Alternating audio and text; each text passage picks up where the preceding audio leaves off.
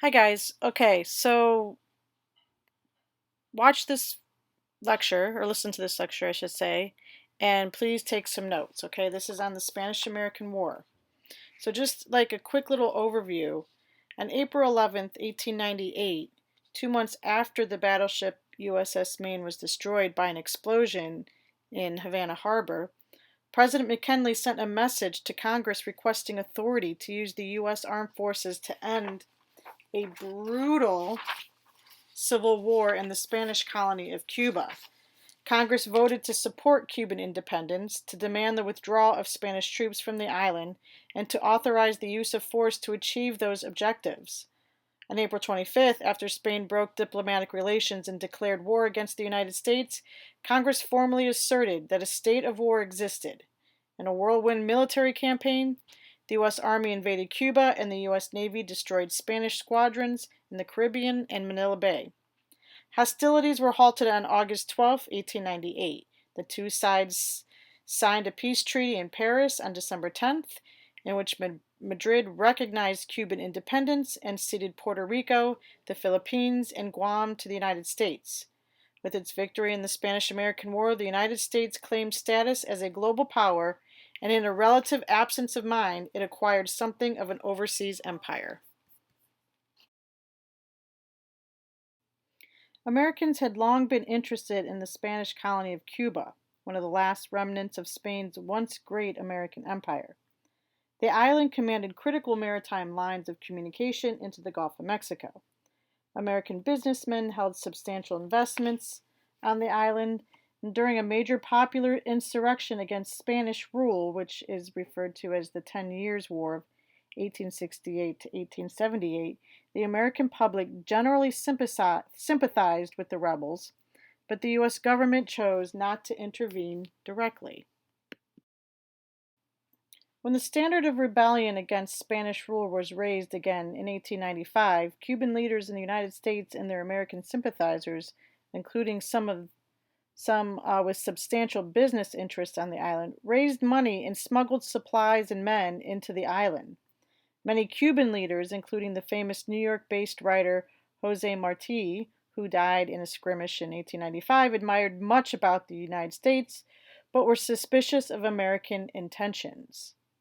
A new Spanish commander, General Weyler, waged a counterinsurgency campaign that brought the civilian population into concentration camps.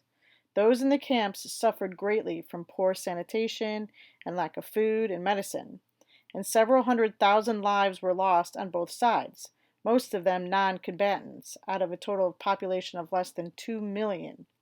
American citizens and property on the island were often caught in the middle of the violence.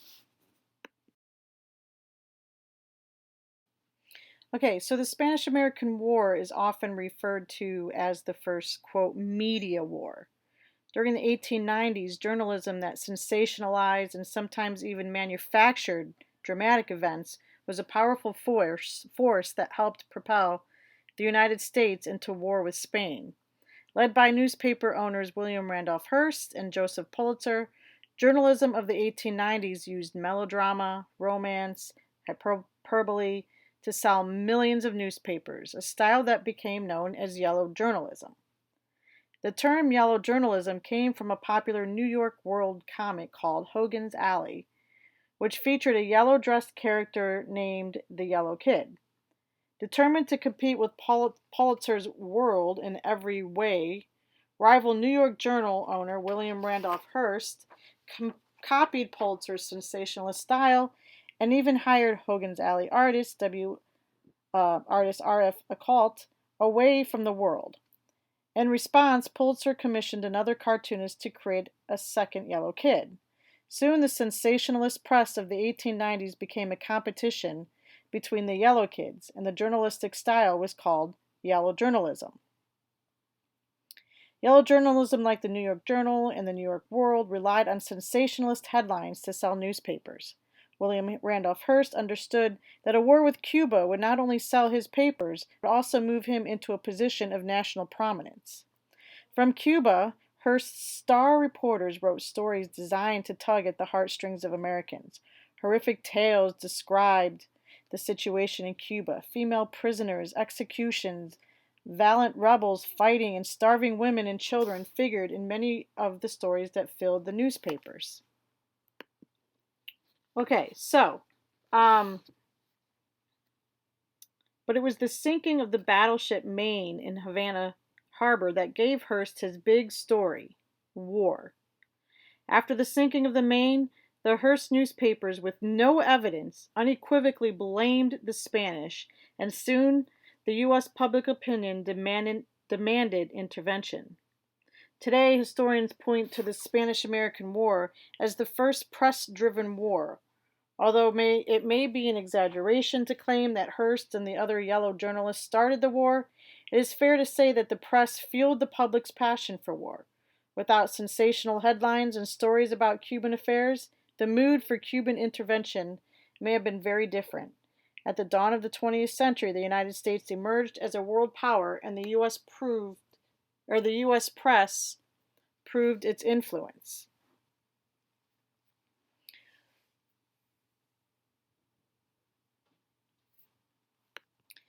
The humanitarian disaster in Cuba caught the attention of these newspapers, as discussed earlier.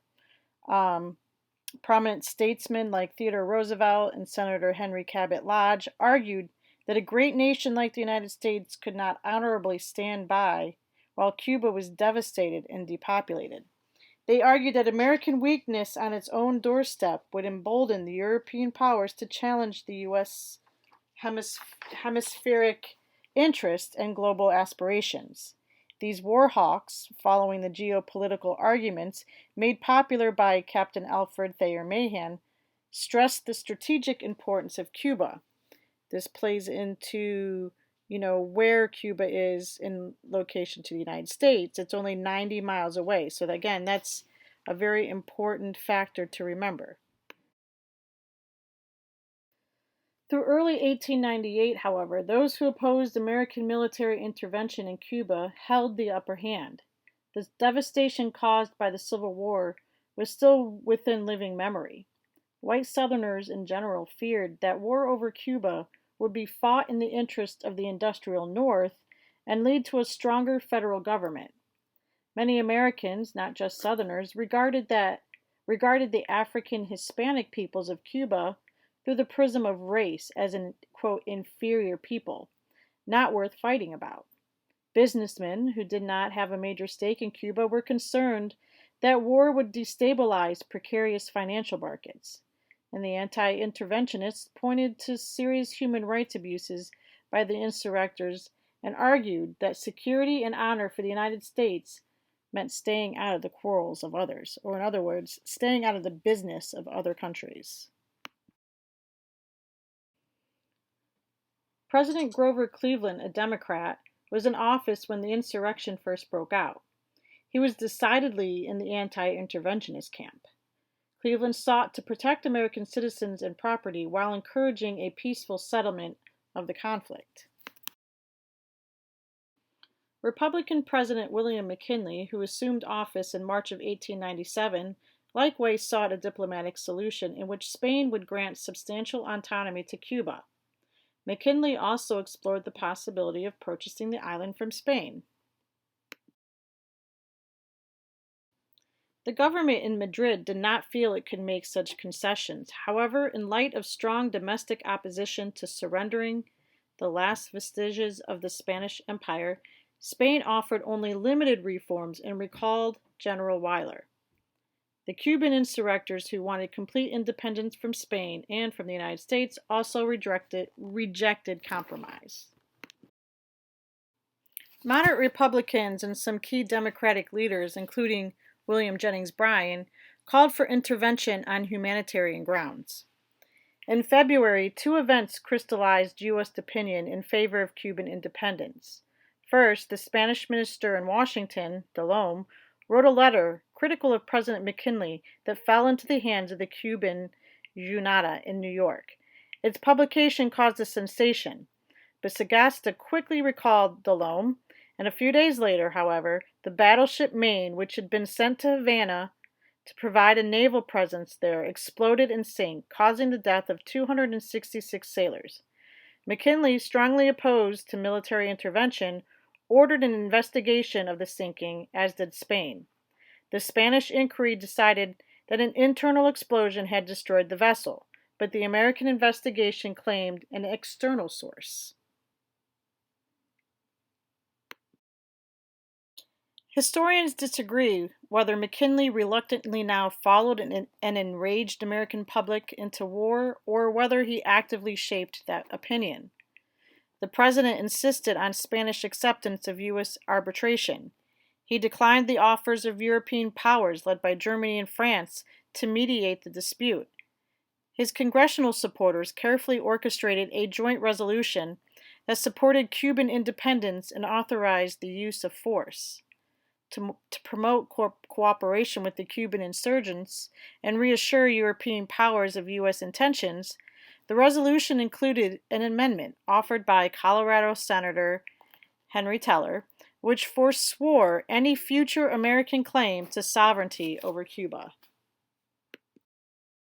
McKinley did not fully embrace the Roosevelt-Mahan strategy view, but he did believe that the United States must assume a leading role in global affairs and preserve opportunities for American commerce. The Spanish-American War was fought with these larger goals in mind. The U.S. Army, which invaded Cuba in early June, was far from ready to fight. Its weaknesses became painfully clear over the next few months despite successes such as the famous charge of Roosevelt's Rough Riders. But McKinley and his advisors decided that the war would be won primarily at sea. The newly modernized U.S. Navy defeated Spanish squadrons in the Caribbean and at Manila Bay in the Philippines, thereby controlling access to Spain's vulnerable overseas possessions. U.S. forces occupied Guam and Puerto Rico and supported a nationalist uprising in the Philippines. Within 3 months, the Spanish government sued for peace. Hostilities were halted on August 12, 1898.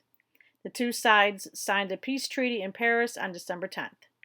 With its victory in the Spanish-American War, the United States claimed status as a global political military power. Secretary of State John Hay, in a mixture of pride and irony, termed it, quote, a splendid little war. Side note, we're going to talk about that later. Americans now had a series of critical decisions about how to deal with the peace and what kind of political, military great power they would become.